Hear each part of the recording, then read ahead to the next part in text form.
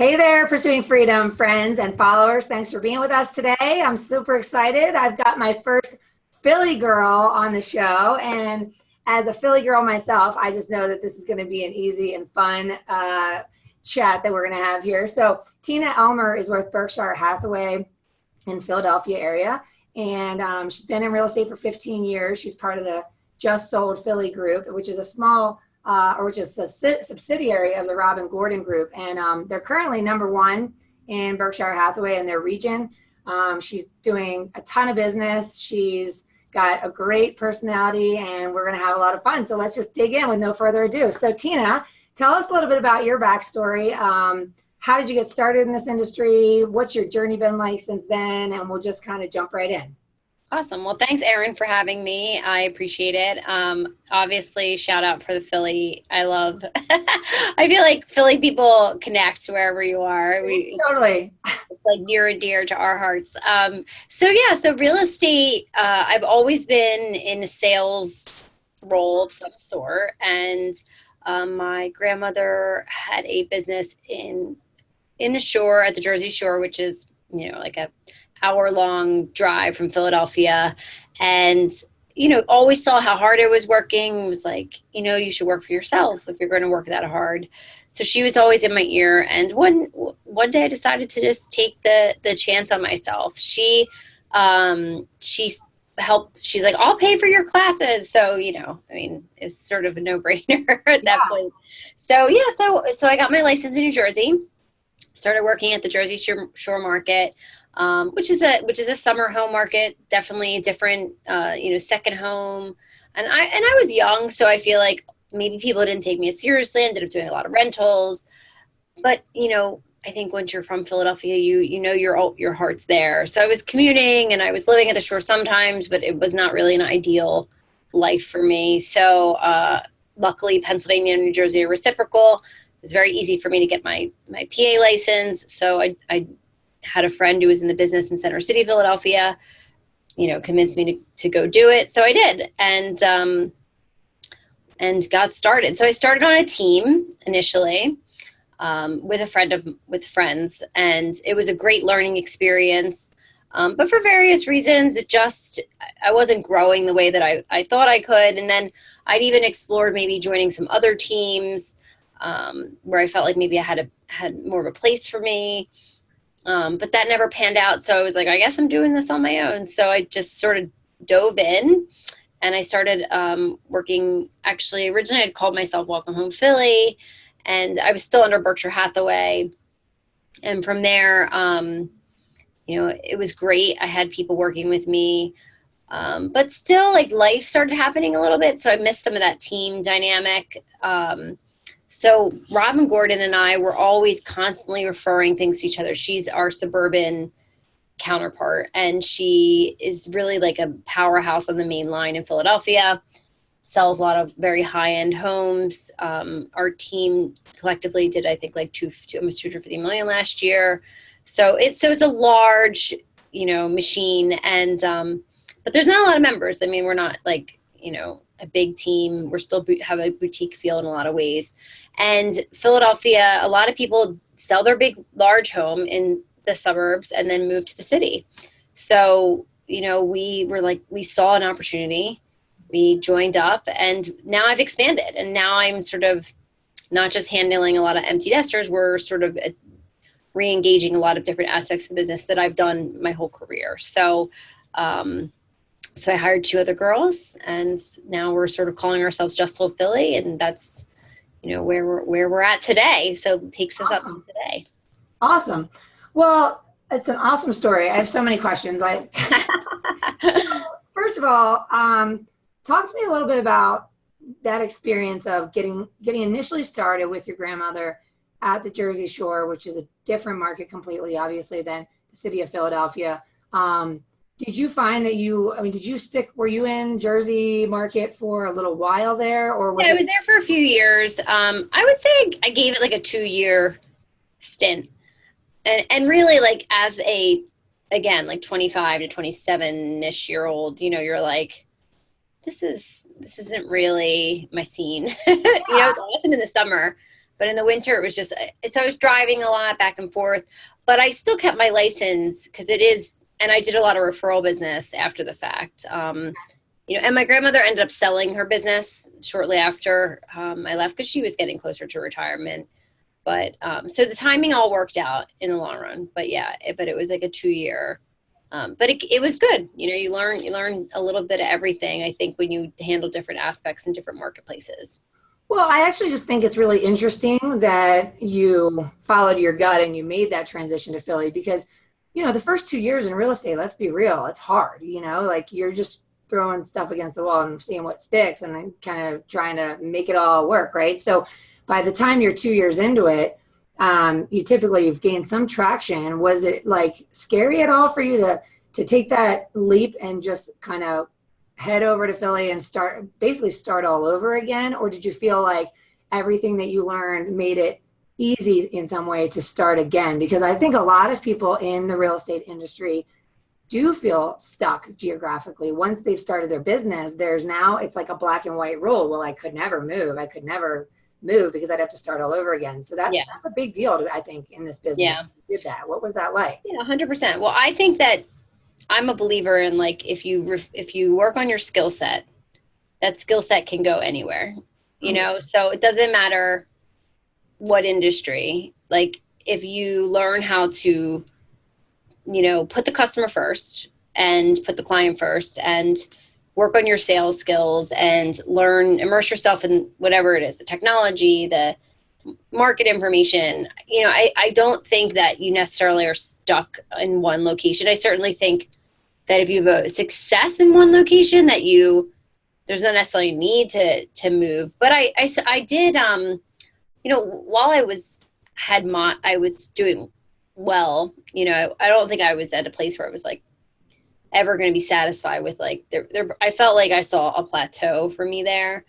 And I knew there was also a time, like, my grandmother would retire eventually, and I didn't want to, like, move to the shore permanently. And yeah, so I mean, Philly's like where my heart is. So for me, it was, I could never get away. I was from Northeast Philly. Like, I think that's the thing. Like, when you talk to people who get away, I'm like, good for you. Because it's like, it's so hard to, like, leave because you're so in love with your city. Because it's like small town yet big town, like in a way. It's nice little mix. But also, coincidentally, this is in the 2000s, so the market was crazy, and everybody's like bragging about how easy it is, which is so funny because then I went there and then the market went, yeah, totally. So it was a different, but you know what, like, which we had touched on earlier when we were just chatting, when you're new and you're hungry, like, it doesn't matter what the market's doing. Yeah. You find a way. So I think that translated. And, I did join a team. So there was, like, a lead source for me, and a marketing engine and all these things that I could just kind of, like, loop into, and I didn't have to kind of rebrand and do a lot of stuff. So that was a nice thing. Well, sure. I think it's really interesting because what I hear, which is very impressive, is that you had the wherewithal and the drive at a very young age. And what are your thoughts on when you see, for a young person getting into the business today, 25 years old, I feel like people have this false idea about real estate, that it's just going to be easy and freedom and flexibility. I was talking to my good buddy yesterday, who we've been working together and friends forever in this industry. And he was like, you need to be prepared to work 24/7 for 3 years. Like, this is not, like, it's not easy. We don't just put stuff out on Instagram and then think that our business is going to grow. Like, what is your perspective on that, having started at a young age? And it sounds like you were pretty clear on, like, I don't want to plateau. I want to go for it and go hard. And, do you have any advice for other young folks that are starting out in their mid-20s like that? Sure. I mean, there's actually a woman on my team who just graduated college, and I hired her because I saw a lot of that in her. And I was like, oh, I'm almost, because I felt like when I got into Philly, like, the market kind of changed and I didn't make some of the decisions I wish I had made, younger, like investing and doing and taking a little even more chances and more risks, you know, but I definitely love seeing that. I think the biggest thing today is that, yeah, a lot of people get into it and they have this false idea of what it is. And it's going to be interesting because the market's going to change. And we personally, for our marketplace, we've been on a 10-year, 11-year climb. Right. And, you know, it can't go up forever. It's going to have to soften just supply and demand. Like, it's just normal economics. Like, it just can't stay this way. So I think the people who just come in and think they're going to just get whatever, that's not important. I think you have to really focus your skills. So when I meet someone like the woman on my team, I'm really helping her start. Like, she's taking rentals. She's learning all aspects of the business.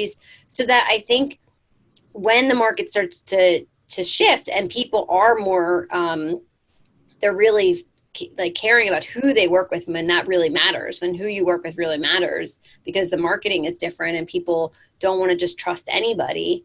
You know, I think that those skills, those fundamental skills, and that's what I would tell somebody, just like read books, listen to podcasts like we're doing, you know, get a mentor. That's probably one of my biggest things that have helped me. I've always surrounded myself, you know, with people who are doing tons more business than I am. You know, some of my biggest colleagues and people that still mentor me today are doing, you know, upwards of 100 to 200 to $300 million in business, you know, and I'm fortunate enough to be able to listen to them and run ideas by them. And, you know, and I think that if people see that you're serious and, you know, they'll invest their time in you too, you know?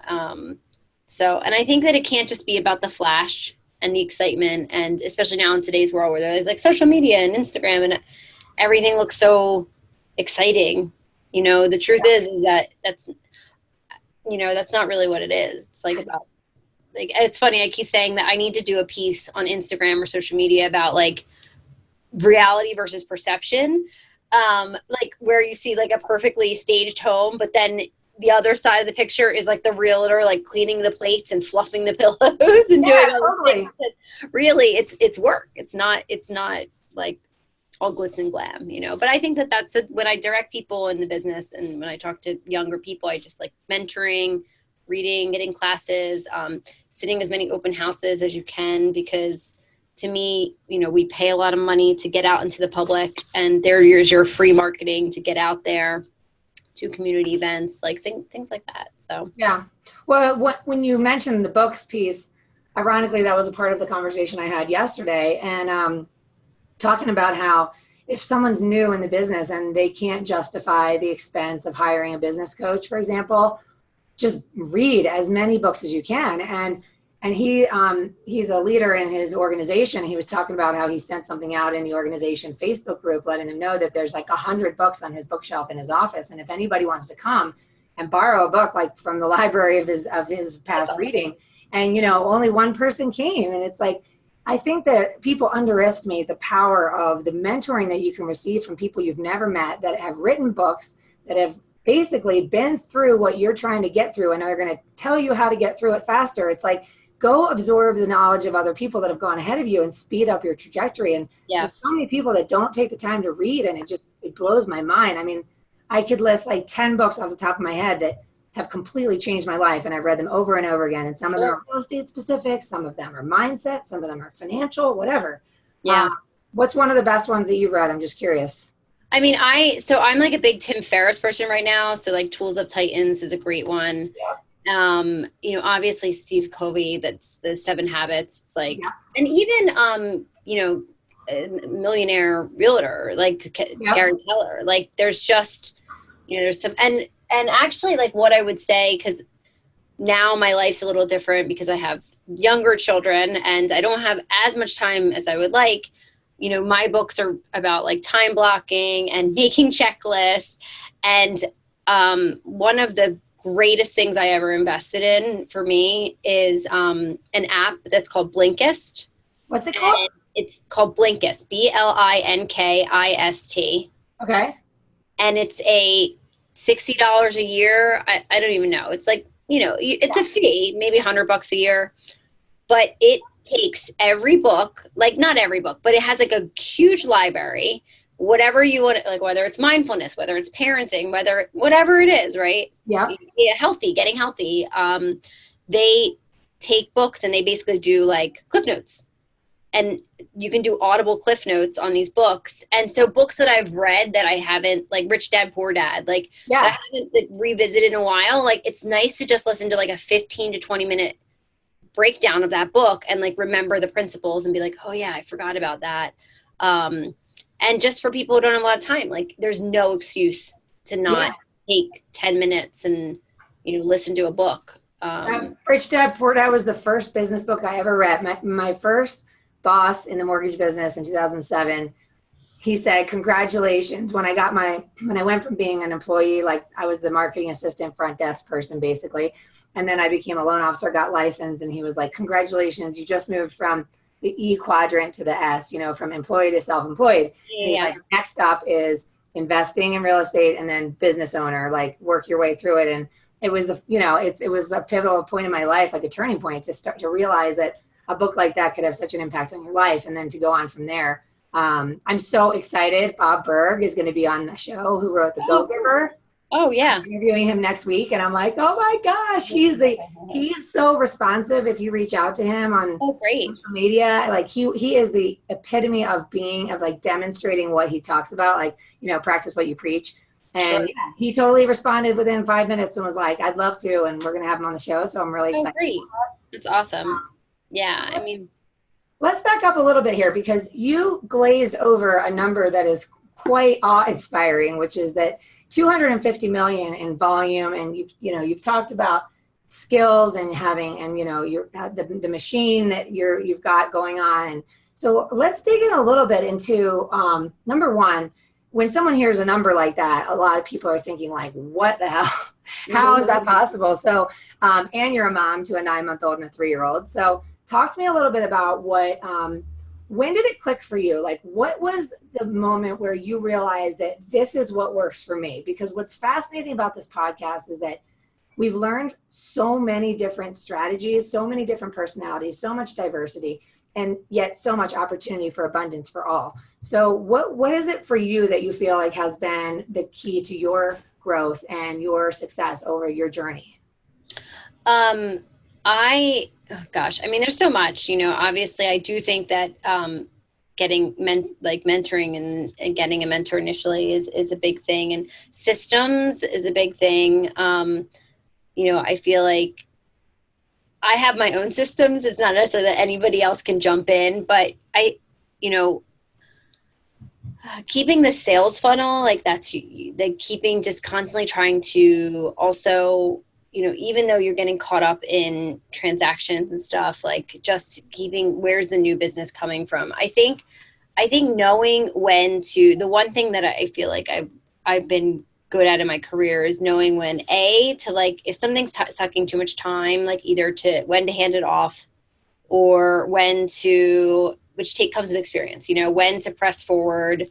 And so for me, I feel like that what's worked for me now is just, jumping on the right opportunities, like referring things, especially with being a mom, like when to give, my assistant, hey, you're going to take this showing, like not like just being more strategic in my every plan, and then also just finding, lists and knowing when to turn it on, I've been in this business 15 years. So I know there's different times of the year where that if I want to take a little more time for me, there's that time to do that. But then there's times where it's go time and, you have to grind, because in those 3 or 4 months, like you're making 65% of your income, so you have to make sure that you're really buckling down those times. And something I've really taken on this year is just doing a little more like social outreach marketing, which is probably, how we got connected, and just kind of really like helping the brand run as well, which is hard to do because when you're selling, it's hard to keep that consistent as well. So, just trying to stay on top of it all.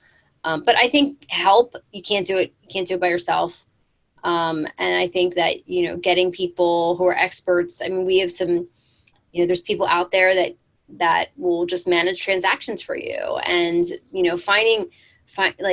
through your local board and other colleagues and doing some events, finding out like how there's other support out there, virtual assistants, like there's just things that I think can help keep your business running a little more smoothly so that you can do what you do best, which is whether it's on the phone or selling.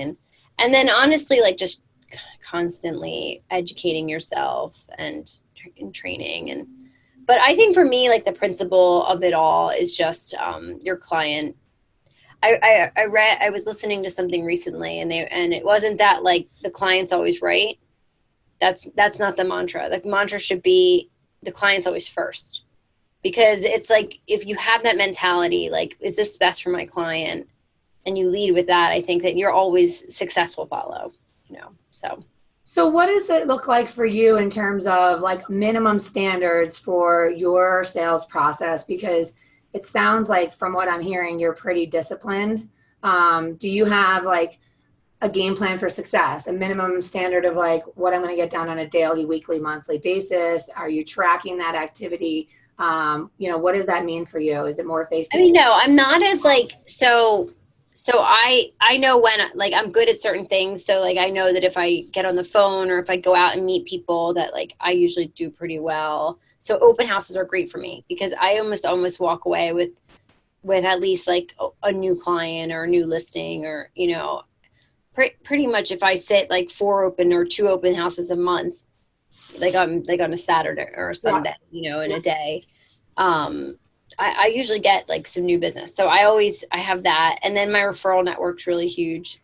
I've got like, especially with Robin, who she's really the core of the team, and that big number that we listed, she's really like the listing, guru. So we keep that referral engine, and we make sure we keep in front of people. But I'm not like somebody who is super meticulous, where I'm like, okay, if I make 200 calls today, then I know I'm going to get like 10 maybes, and then from there I might get 2 appointments. I mean, some people need that. Like, that is not me per se. But I do know that, like, for me, I'm getting more into now, especially with my life being a mom, and we moved a little bit further out of Center City. We're in an area called Chestnut Hill, which is still Philly, but it's not quite in the core of the city.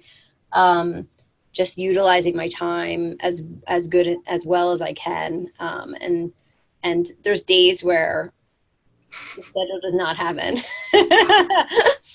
But being able to adapt. And, one of the books that I was listening to recently was just like talking about how, like, if something falls off your checklist today, make sure you reschedule it for yourself. Like, take that and reschedule that activity, because otherwise, like, it will just fall away. So, I mean, things like that, I think, is what I'm trying to employ a little bit more, just to keep the success. And, my goal for 2020 is, I've done a lot of high ends. I've been very fortunate. I've done some like high end luxury sales, and I had a really great year as far as that went last year.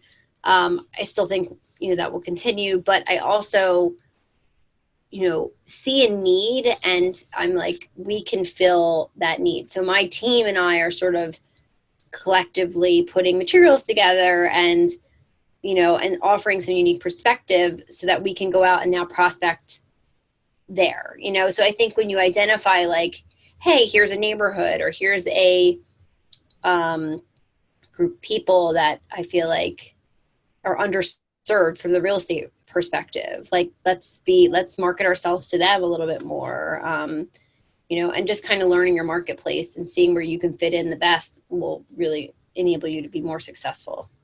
So. And you mentioned empty nesters earlier. How did you find your way into that? Because I found that my business grew demographically almost in conjunction with my trajectory of life, right? Like, so when I was in my late 20s, I was working with a lot of first-time buyers and so on. So how did you find yourself with that demographic?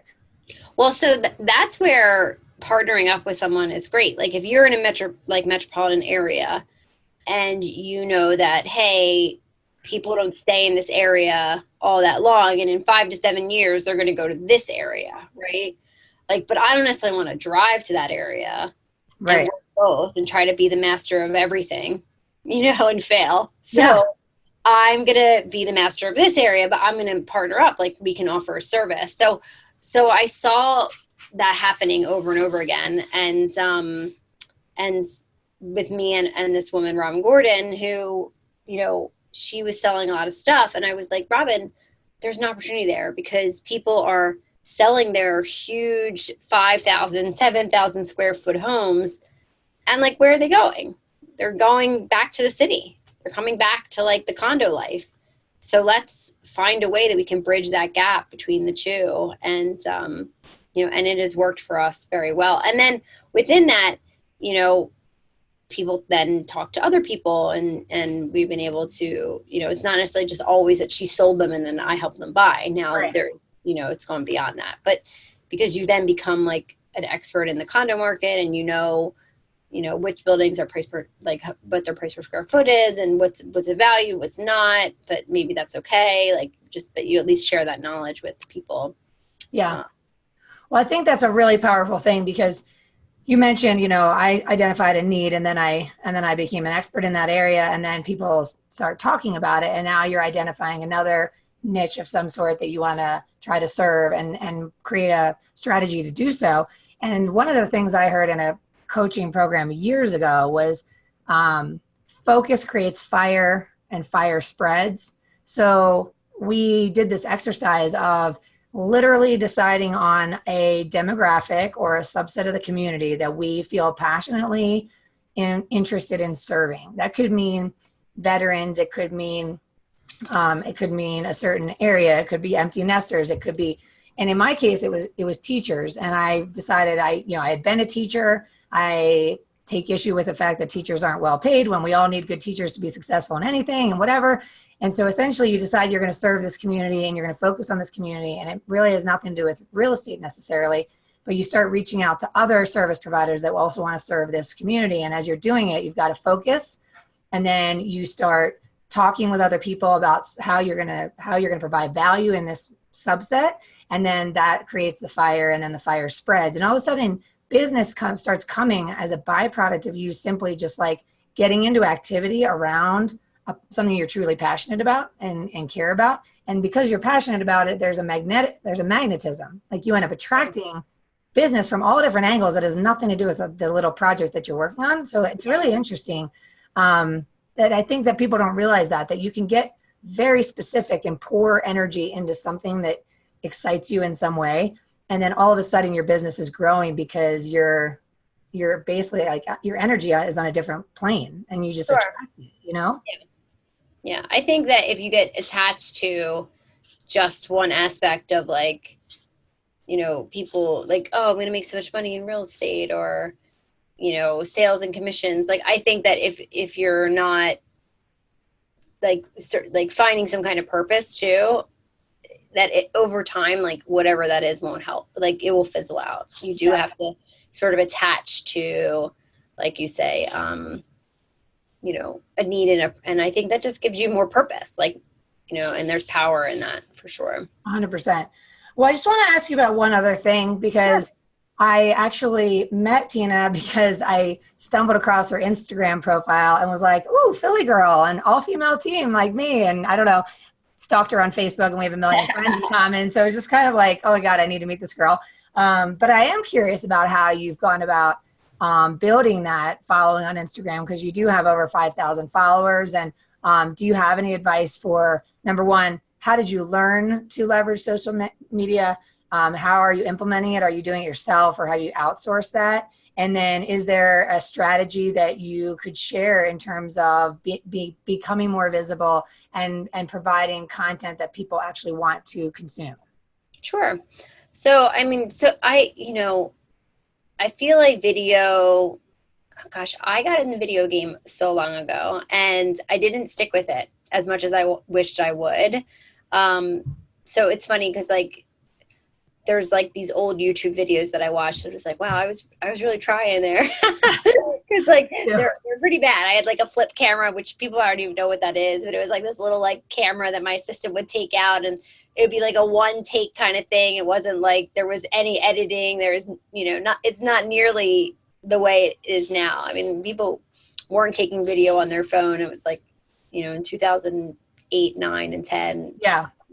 But yeah, so I feel like for me personally, like, I think I want people to really know who I am. And so I feel like video is the only way that really translates over, like, cause people can take pictures and post whatever they want. And there's a lot of brands out there right now that are like, putting all the same pictures out there. And to me, I just felt like, okay, well, we got to take it one step further.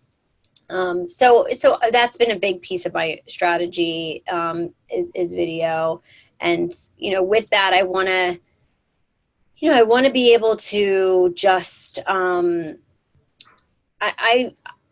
always felt like there was 3 pillars to like what I want to put out on social media, like since the day that social media came into my life. And it was always like, community was the first. What's going on in Philly? Because again, that's like that we joke, we say it's our 4th team member, because like that's just our big part of who I am. So community, and what's going on in Philly, and that's everything from restaurants to life to to whatever. And then the second piece was obviously real estate, like so new listings and market updates and things that are important to real estate. And then the third piece was just like educational about the business. And that was bringing in people like mortgage lenders and trusted advisors and people that can help, tax accountants and home inspectors and people that can educate people on things that, maybe I run into, but aren't necessarily like my sole area of expertise. So I feel like if they're within those 3 things, then I can put it out, but I try to really keep it informative, and I personally on my business page don't do a lot of personal stuff. Like you'll get a little bit of who is Tina, but like to me, like that's not that important because I'm the vehicle. Like it's not about me. It's about you. It's about the client. And I don't want it to become too much of like me, because who cares about me? It's like what people care about is like what's going on with the marketplace. And, certainly I'm telling people and I'm sharing, and I'll talk about like my expertise, but I don't, I'm not like posting major pictures of my kids or like my meal that I just ate, I'm just not, I mean, I might, but like that, not too much of that, you don't see that as much. So, and how I grew it, I did a lot of like the general stuff, like hashtags, and I read a lot of blogs about like growing social media. And I certainly I've reached out to different, there's companies out there that will help you automate some of that stuff, like where they'll automate your likes and they'll help you organically grow. Sometimes it's organic, sometimes it's not. I've gotten away from some of that, but in the beginning that was some of like a good way to like jump start it. And now I just try to put out like good content, and I think that it will continue to, and I'm meticulous about marketing stuff. So I personally don't sub that out. But I might, but for now I would say it's something I'm still it's still like close to my heart enough so that I still kind of manage it a little bit, Awesome. All right. Last piece of advice I want you to share, I guess, or perspective is, with your babies being 9 months and 3 years old and your business has continued to grow and you are figuring out like when and where to delegate and all those things. Any advice for folks that do have young families, or I guess kids of any age, and moms out there that anything that you've had success with in terms of aligning your business and your family life to be complementary, and that it doesn't like that you don't feel like the business is so all consuming, because you're still looking to grow. And a lot of people, and you're already doing so much volume, and a lot of folks get to a certain level of volume and they have a household and family and kids, and they start to burn out because they're running on fumes essentially. So do you have any advice from like your own experience of navigating that? Because I think it's a really important thing to talk about. Sure. Yeah. I mean, listen,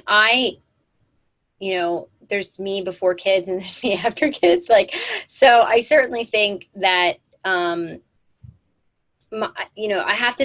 very, if you haven't gotten it so far from this conversation, like I can be very driven and competitive and like focused. Right. And I had to have a moment, like Brene Brown says, like a come to Jesus moment. Like I had to have like my moment where I'm just like, it's okay that you're not going to always, that some things are going to, somebody else is going to get that call. If you don't pick up that Zillow lead, somebody else might grab that call.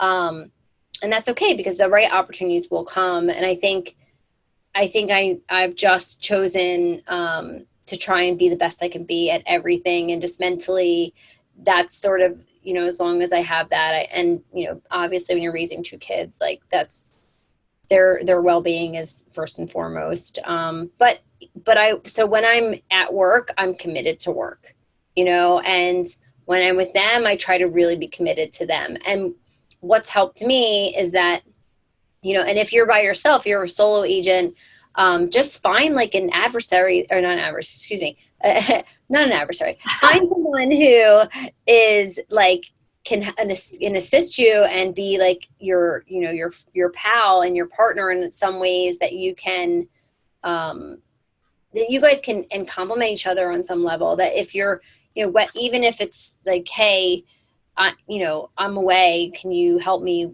monitor this? And don't be afraid to like refer things out, because honestly, like for me, the best thing is that I want to give people, like, again, client first. So I'm not going to take something because I'm selfish and because I want that commission. Like if I can't give them like the full job that I want them and the full like experience that they deserve, then I'm going to refer them out to somebody who can. And I'm going to feel good about it because I'm going to know that they're getting the best service that they can. And so I had to get to a place where I'm okay with that, which is why I personally hired 2 people to work with me to help me manage my life so that we can offer the highest level of service, and nothing does fall through the cracks. And, like I said, whether you're by yourself or with a team, I think it's important to know, what you can handle and what you can't. And to keep, I think Jeff Bezos, I heard, said that work-life balance